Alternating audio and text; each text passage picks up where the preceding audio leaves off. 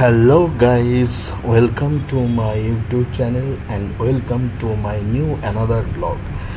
আর আজকের ব্লগটি হচ্ছে কলকাতার ভিক্টোরিয়া মেমোরিয়াল। তো চলুন দেখি ভিক্টোরিয়া মেমোরিয়াল। এখন আমরা মুকুন্দপুর থেকে ভিক্টোরিয়ায় আসছি, কারণ আমার বড় ছেলের মুকুন্দপুর আমরি হাসপাতালে ছোট্ট একটা অপারেশন ছিল। আজ হলো না, কাল হবে, তাই আজ আমরা দুজনে একটু ঘুরতে বেরিয়েছি। চলুন দেখি ভিক্টোরিয়া মেমোরিয়াল।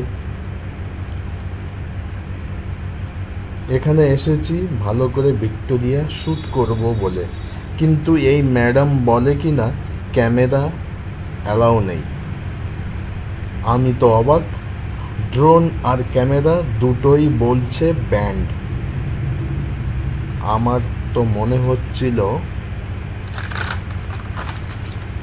মাটিতে গড়াগড়ি করি, কিন্তু পাশ থেকে একজন গার্ড বলে আপনি করতে পারেন, তবে একটু লুকিয়ে, এখানে অনুমতি নেই।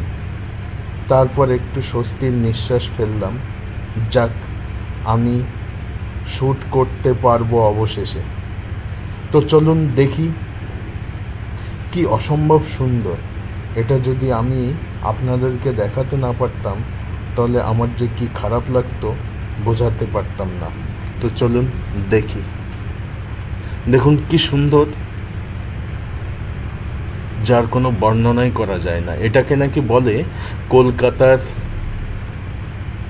তাজমহল, কারণ এটাও সেই সাদা মার্বেল দিয়ে তৈরি। এই জন্যে সবাই বলে এটাকে যে এটা হচ্ছে কলকাতার তাজমহল। সবাই এখন এখানে ফটোশ্যুট করতেই ব্যস্ত, তো আমরাও একটু ফটোশ্যুট করছি। দেখুন সবাই ফটো তুলতে ব্যস্ত, আর তুলবেই না কেন, এত সুন্দর জিনিস সেটাকে সাক্ষী রাখতে সে তো সবাই তুলবেই। দেখুন কি সুন্দর। আমি যখন 11-12-তে পড়তাম তখন বন্ধু বান্ধবদের সঙ্গে এখানে এসেছিলাম, আর এই এখন আসার সুযোগ হলো। এত সুন্দর কলকাতায় এত সুন্দর একটা জিনিস রয়েছে, আর সেটা দেখবো না তাই হয়? দেখুন কত সুন্দর।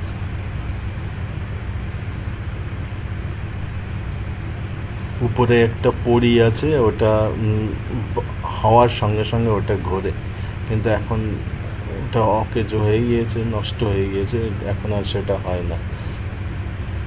শুনেছি নাকি আওয়াজও করে ওটার থেকে। দেখুন বিদেশ থেকে লোক আসছে এটা দেখতে, আর আমরা যদি এখান থেকে যদি এটা দেখতে না যাই তা কেমন লাগে বলুন। খুব সুন্দর জায়গা, দেখুন আপনারা।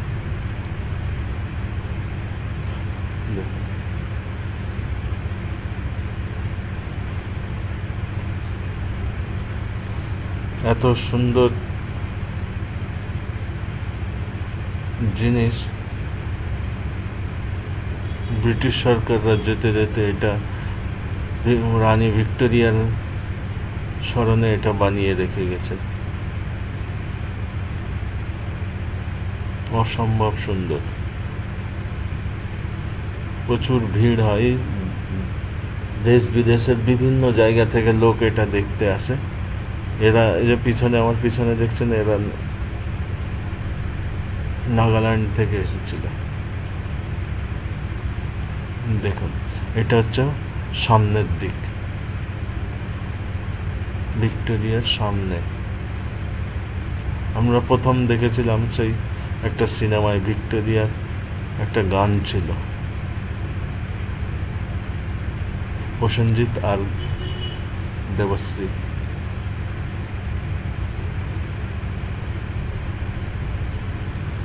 খুবই সুন্দর লাগছে।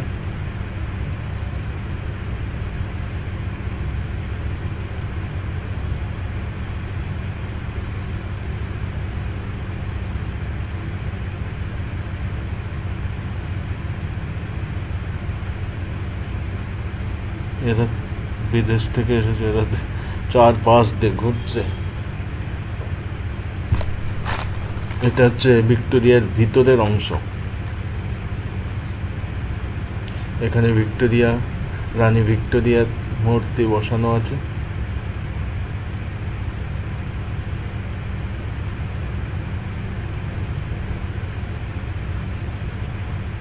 এখানে সব আশ্চর্য, সব দামি দামি জিনিস এখানে লাগানো আছে।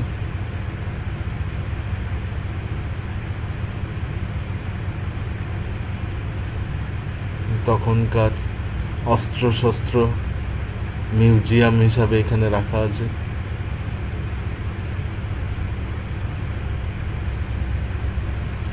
বর্ষার ঢাল, এটা চেয়ার টেবিল, রূপোর চেয়ার টেবিল রানী ভিক্টোরিয়া ব্যবহার করতেন।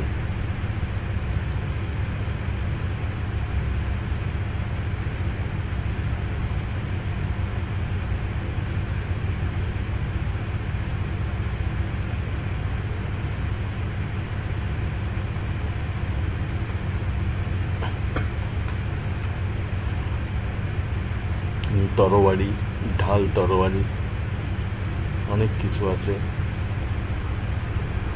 কামান, তোপ, বন্দুক, সব ধরনের জিনিস আছে। তো আপনারা দেখতে থাকুন।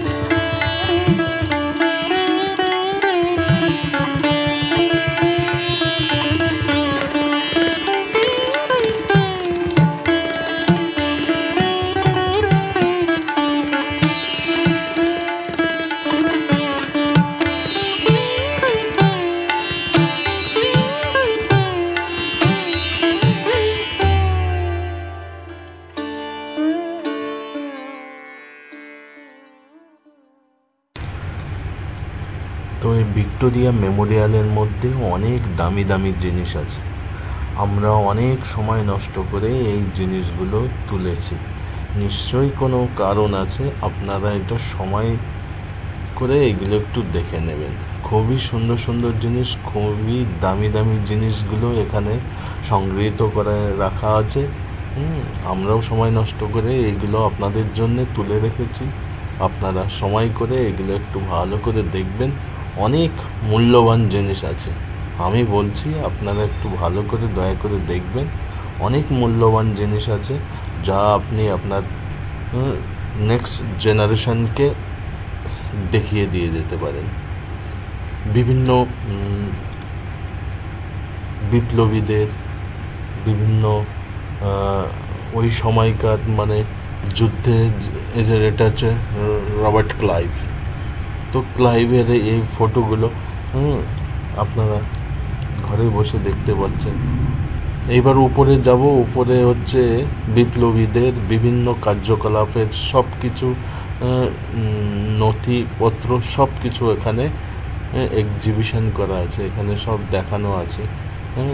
আমি ভালো করে করে একটু একটু একটু একটু করে সব তুলে এখানে পোস্ট করেছি। আপনারা প্লিজ একটু মন দিয়ে দেখবেন, খুবই সুন্দর লাগবে, খুবই শিক্ষণীয় জিনিস, খুবই অমূল্য জিনিস এখানে দেয়া আছে।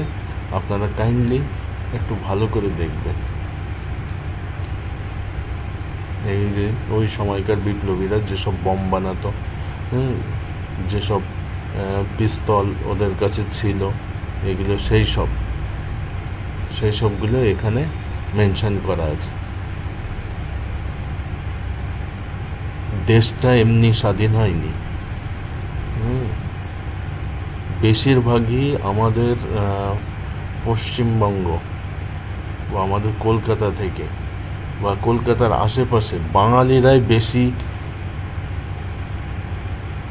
বিপ্লবী ছিল।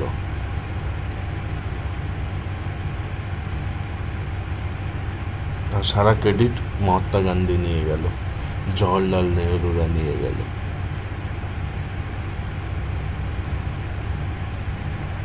এই দেখুন,